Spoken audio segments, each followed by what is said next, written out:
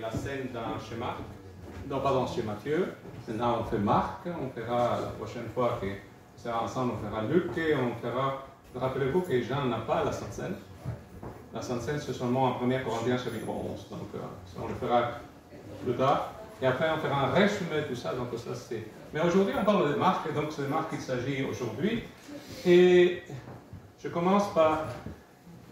Quel manquerait dans les évangiles si l'évangile de Marc n'était pas dans nos Bibles? D'accord? Disons, imaginez-vous, Marc n'était pas dans nos Bibles. Est-ce qu'il y aurait des différences par rapport à ce que l'on connaît, des choses qui sont exclusivement chez Marc? Par exemple, le rejet de la famille de Jésus, ce texte de Marc chapitre 3, verset 21, qui nous dit que la famille de Jésus a vu que Jésus était avec ses disciples, il n'arrivait plus à manger, alors ils sont venus le chercher parce qu'ils disaient qu'il était fou, il avait perdu la raison, alors il voulait la ramener chez eux.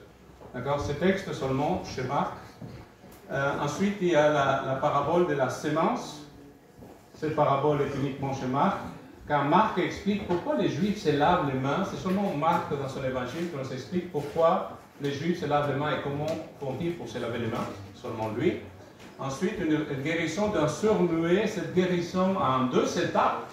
D'un miracle, c'est le seul miracle dans lequel Jésus guérit en 2 étapes, c'est seulement dans l'évangile de Marc.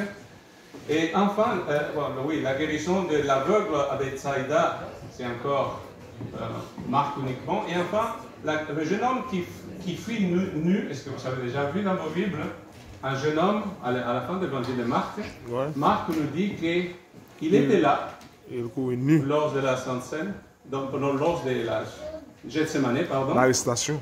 Pardon? Lors de l'arrestation. Lors de l'arrestation, très bien. Et il avait juste une tunique sur lui, et on lui a tiré la tunique et il a dû fuir nu. Tout nu. Ouais. C'est une façon de dire j'étais là, mais je ne veux pas dire mon nom. Mais il le dit quand même, il était là. Donc, est-ce qu'il y a d'autres choses qui sont particulières à Marc? Et oui, bien sûr. Commençons.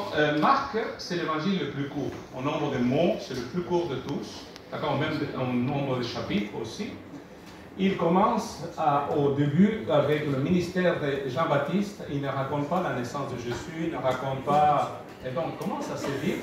Mais, bien qu'il est court, il emploie au moins 70 mots que les autres, aucun livre du Nouveau Testament utilise.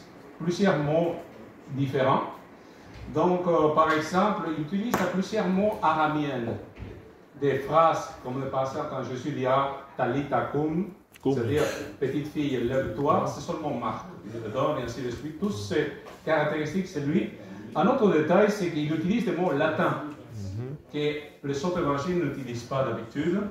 Et plus que ça, c'est le langage colloquial, c'est-à-dire le langage de tous les jours, que ce n'est pas du bon grec. Voilà, Marc va l'utiliser. D'accord? Il est assez particulier dans sa façon de faire les choses. Et c'est Marc le seul qui utilise le mot évangile, par exemple. C'est Marc qui nous parle de cet aveugle qui a été guéri. Il nous donne son nom, il s'appelait Bartimée. Voilà, il nous donne des détails. Donc, quelques caractéristiques encore de Marc. Les 3 caractéristiques principales, on pourrait dire, c'est la rapidité de l'action. Les choses vont vite. Et d'après l'évangile de Marc, si on s'est basé seulement sur lui, Jésus serait allé à Jérusalem une seule fois. Mais quand on voit l'évangile des Jean, on voit qu'il est à 3 Pâques à Jérusalem, donc ça veut dire qu'il est allé au moins 3 reprises durant son ministère. Marc, c'est un seul voyage. Donc, c'est rapide, je disais, et un mot qui se trouve à beaucoup de reprises chez Marc, c'est eutus, qui veut dire aussitôt telle chose, et aussitôt telle chose, et aussitôt. Lui, c'est bon de traduire un petit peu différemment parce que les francophones, on ne veut pas toujours répéter le même mot quand même. On va choisir beaucoup de mots compliqués pour dire, mais en grec, c'est toujours le même. Aussitôt. Donc, par exemple, Marc, il n'y a presque pas de discours. Le seul discours long, c'est celui du chapitre 14 qui nous parle de ce qui va précéder le retour de Jésus. Tandis que chez Matthieu, chez Luc, il y a plusieurs autres discours, d'accord, que Marc ne suit pas. Il a donc 18 miracles de Jésus en Marc, et à peu près le même nombre que Matthieu et Luc. Par contre, il n'y a que 4 paraboles chez Marc, tandis que chez, par exemple, Matthieu 18 Luc 19, c'est plus de paraboles. Donc, les autres ont plus de paraboles, lui, il y en a 4, c'est pas beaucoup, comparativement. Donc, autre chose, c'est la vivacité des détails. Qu'est-ce que ça veut dire? Simplement que Marc inclut beaucoup de petits détails. D'accord? Et simplement, il mentionne comment Jésus a regardé, quel geste il a fait. Il insiste beaucoup sur ces détails. Encore, par exemple, quand Jésus a été baptisé et il sort de l'eau, les autres évangiles diront et le ciel se sont ouverts et on entendit la voix. Lui, il dit le ciel s'est déchiré. D'accord? Toutes les traductions ne font pas. J'ai vu que la parole de vie et d'autres le font, mais lui utilise le mot, on dirait qu'on a tiré dessus. D'accord? Et enfin, c'est le plus pittoresque des évangiles. C'est-à-dire que lui, il va insister beaucoup sur les couleurs. On ne voit pas les traductions, parce que les traducteurs, ils ne vont pas se casser trop la tête. Par exemple, lors de la multiplication des pains, d'accord, dit que Jésus a divisé les gens par groupe pour les nourrir. Au début, le mot qu'il utilisait, c'est le même synagogueur, donc il va le mettre par groupe, dit, mais il utilise un deuxième mot qui veut dire littéralement jardin de fleurs. Un jardin de fleurs. Il les a divisés en jardin de fleurs. Pourquoi? Parce que les gens avaient du linge coloré et on les met par groupe. Et on dirait un jardin de fleurs ici, un autre jardin de fleurs là-bas. C'est comme au milieu du gazon qui est ouvert. D'accord? C'est ça l'idée qu'il nous donne. Mais les traducteurs ne transmettent pas toujours cette nuance. D'accord? Parce que c'est un petit peu compliqué. Mais voilà, autre chose de Marc. Mais bien sûr, il ne peut pas toujours avoir ça, mais le problème, c'est ce qu'on appelle ce qui s'est passé par la suite. Donc, il y a eu de ce auteur, à une certaine époque, un certain qui s'appelle Tatien. Tatien s'est dit, c'est pas seulement lui, c'est le summum de ceux qui ont suivi cette tradition, cette façon de faire. Ils veulent unir les évangiles pour que ça devienne un seul et unique livre, si possible. D'accord? Marcion, c'est celui qui va dire, je vais couper, jeter à la poubelle tout ce qui ne fait pas mon affaire, je vais faire un évangile unique. Ça, c'est Marcion. Tatien dit, non, je vais faire les 4 évangiles, mais les 4 évangiles vont dire la même chose. Je ne sais pas si vous voyez la nuance. Et c'est ça le gros problème. Qu'aujourd'hui encore dans nos Bibles, on a ce qu'il a fait, donc M. Tatien surtout, il a mis un bout de phrase qui était chez Marc, il va le mettre chez Luc, pour que ça dise la même chose, et de Matthieu chez Marc, et de Luc pour que ça dise à la langue tous la même chose. C'était ça le but. Mais le problème avec ça, qu'aujourd'hui encore, et donc une version qui a été influencée par cette façon de faire, c'est la Vulgate.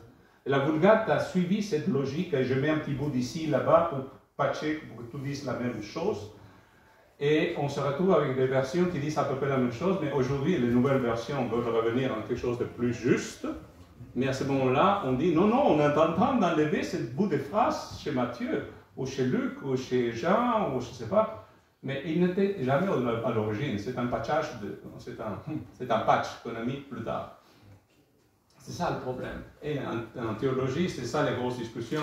Et c'est pour ça que chez les anglophones surtout, je ne sais pas si vous connaissez un petit peu ce problème, ceux qui pensent la King James only, d'accord? Selon eux, parce que la King James a copié la Vulgate, d'accord? Il a la logique, le patchage est bon.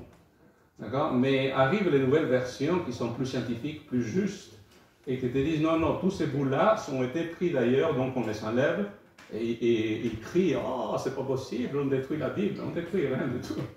C'est que ça n'a jamais été là à l'origine. Mais bon, ça c'est une discussion des théologiens, hein. Mais juste pour vous montrer que c'est problématique. Hein. Donc, juste pour vous dire une partie dans l'évangile de Marc, à la fin de l'évangile de Marc, que Marc n'a jamais écrite, qui est là, parce que quelqu'un un jour se dit, on va le faire, que ce soit pareil à tout le reste. D'accord? C'est ça la discussion théologique encore aujourd'hui. Donc, mais j'avance un petit peu avec la théologie de Marc. La théologie, ça veut dire la façon comme il veut nous raconter le ministère de Christ. D'accord? Donc, il y a quelques idées importantes dans cette théologie. Premièrement, on commence avec le discipulat. Le discipulat, ça veut dire, qu'est-ce que ça veut dire que d'être un disciple? Donc pour Marc, et Marc va passer son temps à souligner que les disciples, certes, ont suivi Jésus, mais ils sont tous ratés à un moment ou l'autre, sinon plus. Il insiste sur tous les erreurs des disciples, tout le long. D'accord? Tous les autres évangiles ne font pas autant que lui. Lui, il a le plus d'erreurs de tous les disciples. D'accord? Marc, par exemple, Marc chapitre 4, verset 13, ils disent, ils ne comprennent pas les paraboles. Marc 8, verset 14 à 21, ils ne comprennent pas les enseignements de Jésus. Et ensuite, Pierre va lui dire, non, non, il ne faut pas que tu meurs. Vous voyez?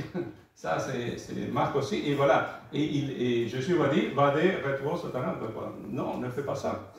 Et ils vont échouer lorsqu'ils vont vouloir faire des miracles, au chapitre 9. Ils ne réussissent pas à faire des miracles. Et ils se disputent pour savoir qui est le plus important. Marc chapitre 9. Ils vont tous chercher à avoir des places importantes auprès de Jésus. Chapitre 10. Judas va le livrer au... En tout cas, lorsqu'il va amener tous ses disciples avec lui, bien sûr, à Gethsémane, qu'est-ce qu'ils vont faire? Ils vont tous dormir. Et ainsi de suite, tous des erreurs. Et on se dit, mais